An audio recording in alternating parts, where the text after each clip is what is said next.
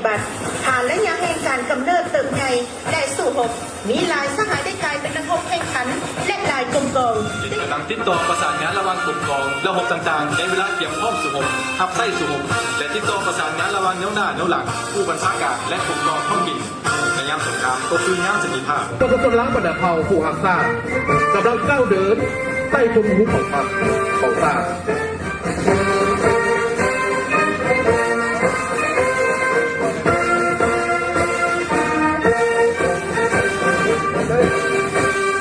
ต้นกำลังห้องว่าการกรรมการประธานประเทศห้องว่าการกรรมการนายกรัฐมนตรีและสถาบันวิทยาศาสตร์และสังคมแห่งชาติมีจำนวนทั้งหมด173อาเอกราชรักษาได้อธิปไตยและพื้นแผ่นในดังครบถ้วนการคุ้มครองบริหารรัฐการเติบโตขยายตัวทางด้านเศรษฐกิจและสังคมมีพลังบทบาทเป็นคณะกรรมการในการค้นคว้าสังรวมและเป็นใจกลางประสานสมทบกับภาคส่วนที่เกี่ยวข้องในการการเตรียมและบริหารให้แก่การเคลื่อนไหวเพื่องานของประธานประเทศห้องว่าการสำนักงานนายกรัฐมนตรีมีพลังบทบาทเป็นคณะกรรมการให้รัฐบาลนายกรัฐมนตรีและรองนายกรัฐมนตรีในการคุ้มครองอำนวยความสะดวก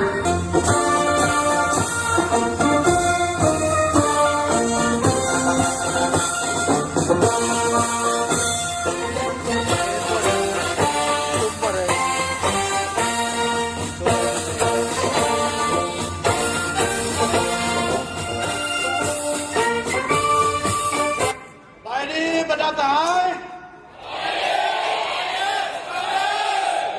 อวยพรบรรดาทหารจงมีสุขภาพเข้มแข็งนำใจบรรดาที่สองกันว่ามันยืน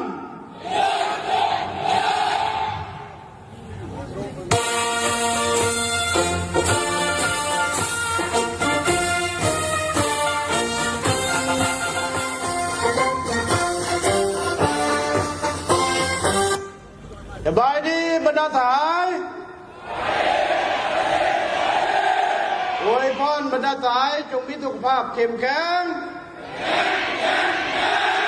นำใจวันศาสตร์ที่สองกันว่ามันยืน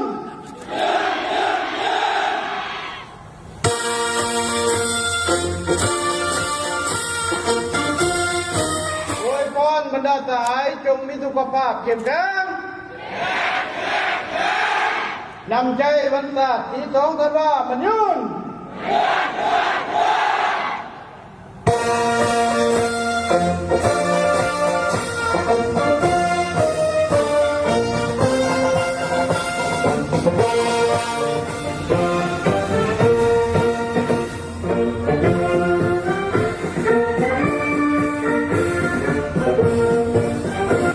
การคัดเทียมก่อนกำลัง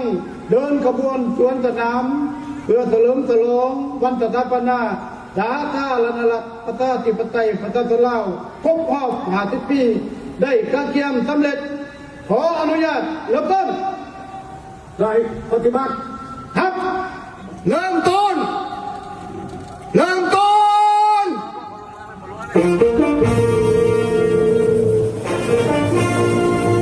ขวาทั้งแบกพุทธเดิน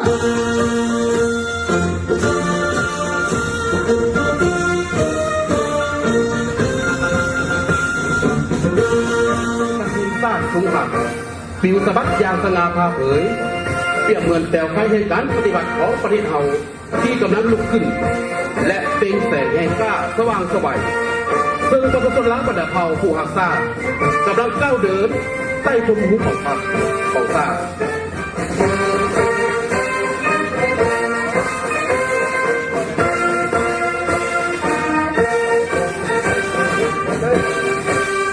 ต้นกำลังห้องว่าการกรรมการประธานประเทศห้องว่าการกรรมการนายกรัฐมนตรีและสถาบันวิทยาศาสตร์และสังคมแห่งชาติมีจำนวนทั้งหมด173อาเอกราชรักษาได้อธิปไตยและพื้นแผ่นในดังครบถ้วนการคุ้มครองบริหารรัฐการเติบโตขยายตัวทางด้านเศรษฐกิจและสังคมมีพลังบทบาทเป็นคณะกรรมการในการค้นคว้าสังรวมและเป็นใจกลางประสานสมทบกับภาคส่วนที่เกี่ยวข้องในการการเตรียมและบริหารให้แก่การเคลื่อนไหวเพื่องานของประธานประเทศ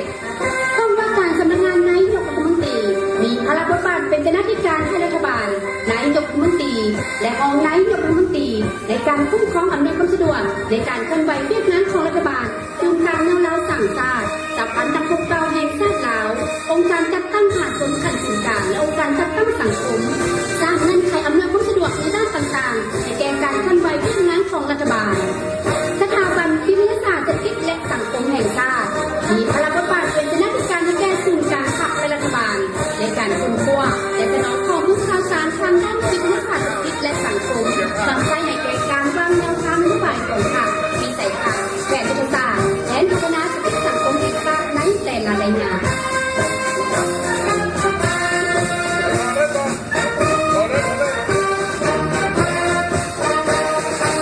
ก้อนกำลังโครงการจัดตั้งคณะช่วยเรียกของศูนย์การทางรถแห่ขบวนประธานไก่สอนก็มีหาเป็นการสรรเสริญ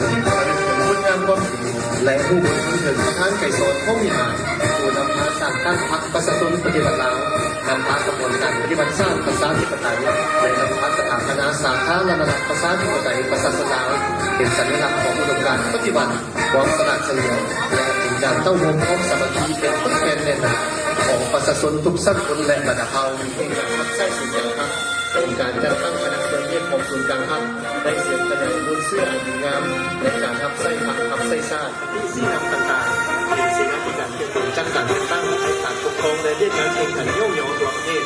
เป็นเสียงที่การคุ้นคว้าอาจารย์ทฤษฎีบนเสื้อแนวทางนโยบายของพรรคลงเรือสืบต่อภารกิจเปลี่ยนแปลงไปเพื่อสู่จุดหมายนั้นการจัดตั้งคณะช่วยเรียกของศูนย์การพักจะสืบต่อบนเสื้อดีงามของตนของมือบนเสื้อดีงามของประธานในสอนผู้มีผู้นำที่เสียงพลังงานต่ออุดมการณ์และภารกิจปฏิบัติมีความสามัคคีเป็นต้นแทนมีระเบียบวินัยและเคารพรักการให้เกียรติที่ถูกต้องเข้มงวดปกป้องรักษาบทบาทของเกียรติศักดิ์ศรีของพรรคในการนำส่วนรองของผู้ยกระดับทฤษฎีและวิชาสมองและมีความงานมีเสนาธิการและเป็นแหล่งข้อสร้างในงานที่มีคุณภาพผู้อ่านไปสอนผู้มีงานเรียนรู้ปฏิบัติปฏิบัติของพรรคเขาตลอดไป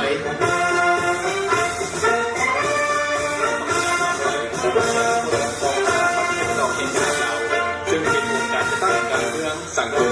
ที่นอนอยู่ในระบบการเมืองของระบอบประชาธิปไตยมาสังคมที่น่าภูมิใจได้ออกมาจากยาวกว่าแบบทุกมุ่งถูกสังคมในการคุ้มครองหลักคุ้มครองสังคมปกป้องรักษาและพัฒนาประเทศชาติอย่างสมเกียรติก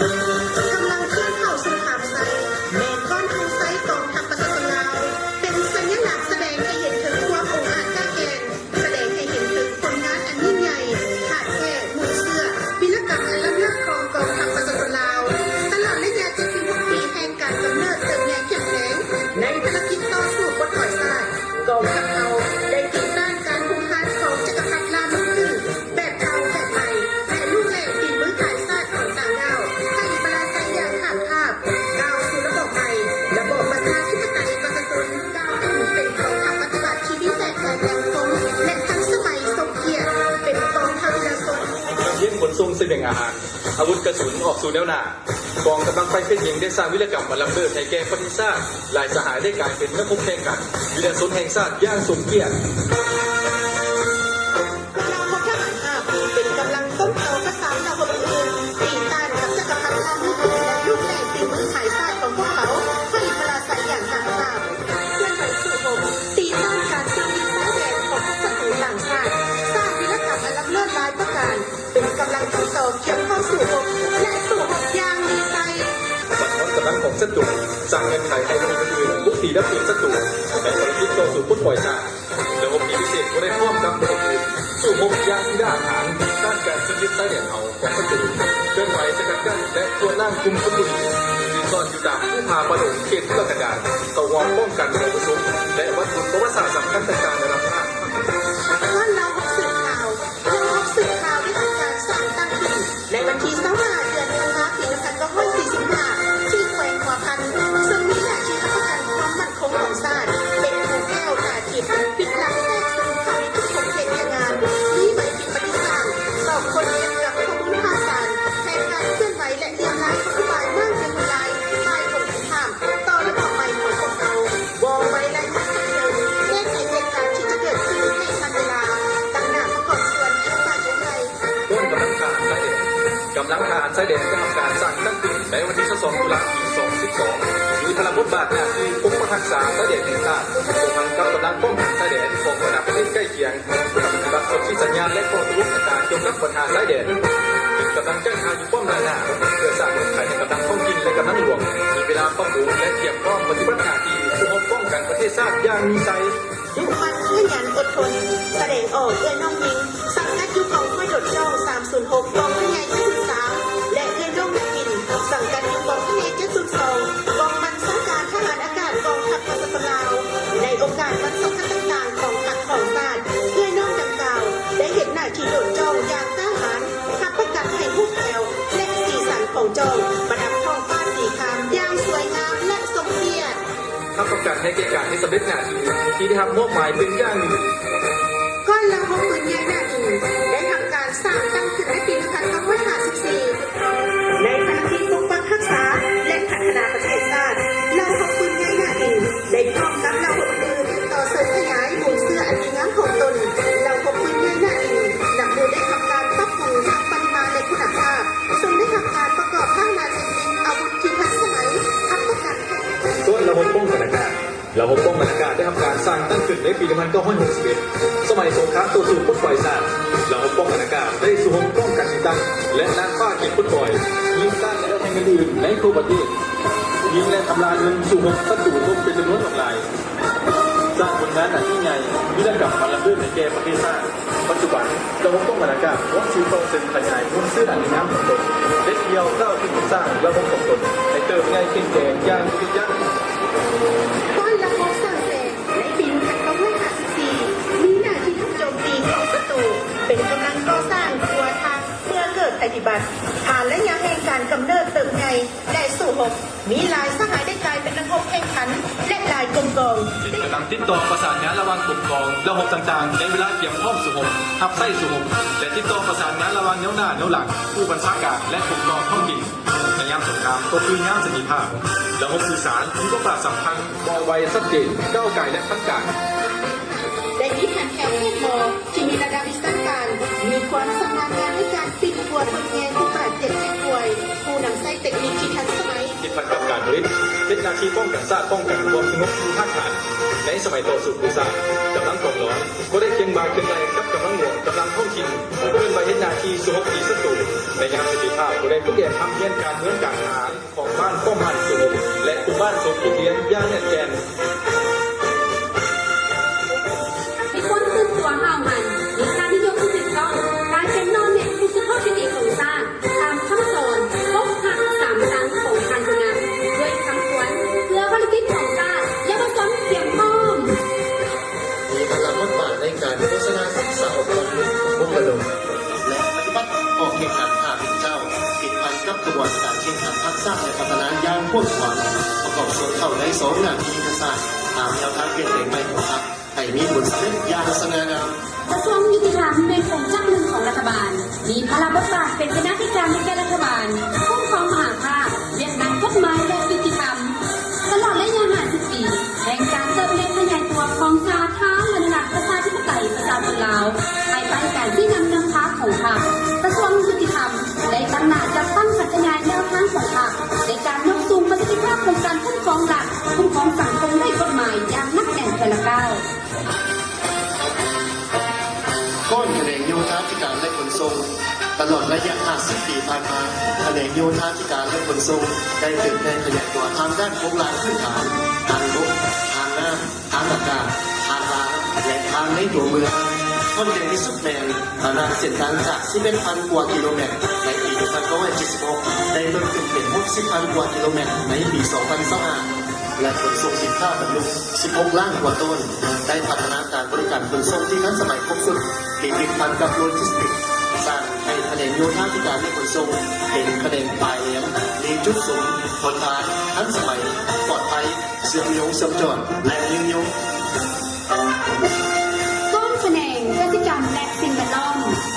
กระทรวงกสิกรรมและสิ่งแวดล้อมสั่งตั้งขึ้นในเดือนพฤษภาคมปี2565ที่เมืองเวียงไซแขวงหนองพันแขนงการได้มีบทบาทคุ้มครองกสิกรรมป่าไม้ที่ดินน้ำสิ่งแวดล้อมและพัฒนาชนบทเพื่อประกันความมั่นคงทางด้านเสบียงอาหารกันก็ปกปักรักษาสิ่งแวดล้อมสามารถรักษาเนื้อที่ปลูก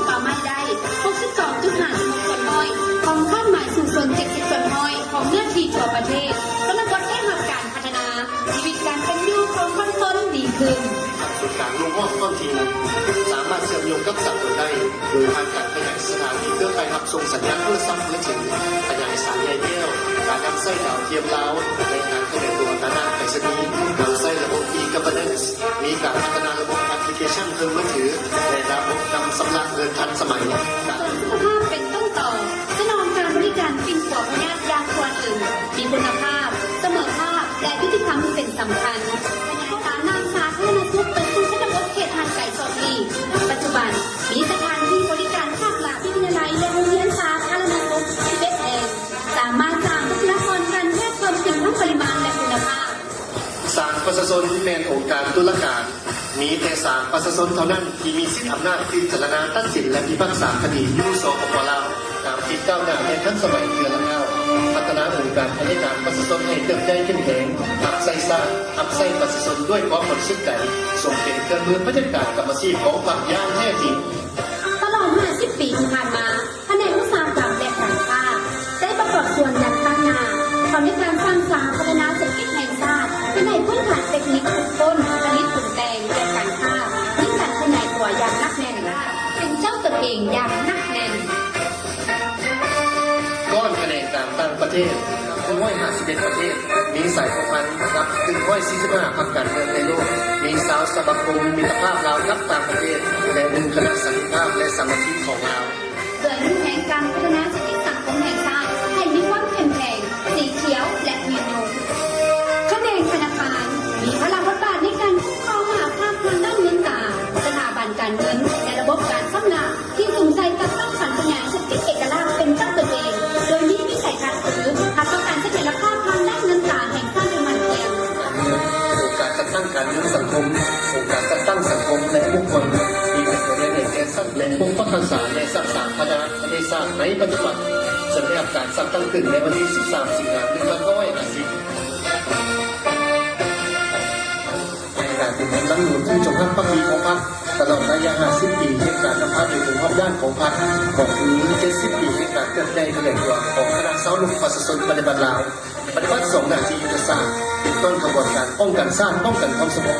สอบผู้ทำเรียนวิทยาศาสตร์เทคโนโลยี ต้นสะพันธ์เป็นยิงลาวสะพันธ์เป็นยิงลาวเป็นองค์การจัดตั้งมหาสงฆ์จำตั้งขึ้นในวันที่20กรกฎาคมปี1955ในครั้งของแม่ยิงและเด็กส่งเสริมความก้าวหน้าของแม่ยิงความเสมอภาคทางซ้ายและเป็นกำลังให้ประกอบส่วนในภารกิจปกป้องรักษาและสร้างสรรค์พัฒนาประเทศชาติ ซึ่งเป็นตัวแทนไอเดียประชาชนลาวบรรเทาในทั่วประเทศลาวเป็นประเทศหนึ่งที่มีความหลากหลายทางด้านชนเผ่าประชาชนลาวบ่เพียงแต่มีความหลากหลายทางด้านชนเผ่าเท่านั้นยังมีความหลากหลายทางด้านวัฒนธรรมที่ประเพณีอันดีงามอีกด้วย นับตั้งปี2000ปี2004ตัวเลขนักท่องเที่ยวสากลได้เพิ่มขึ้นอย่างหลากหลายจาก700,000กว่าคนมาสู่ระดับกว่า4ล้านคนสถานที่ท่องเที่ยวก็ได้รับการพัฒนา50 ปีแห่งชัยชนะวัฒนธรรมคือจิตวิญญาณของชาติการท่องเที่ยวคือความเจริญรุ่งเรือง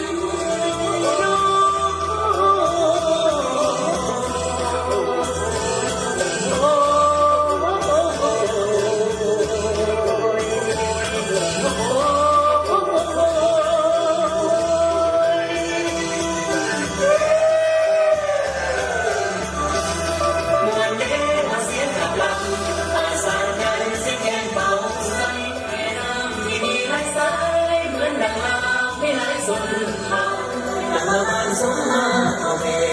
และคุณที่รู้แลเลี้ยงลูกจนใหญ่กาหนาวแล้วมองกันเขาแก่เดือนวันมาเดือควันเอ้ยมาเดือควันเอ้ยมาเดือควัน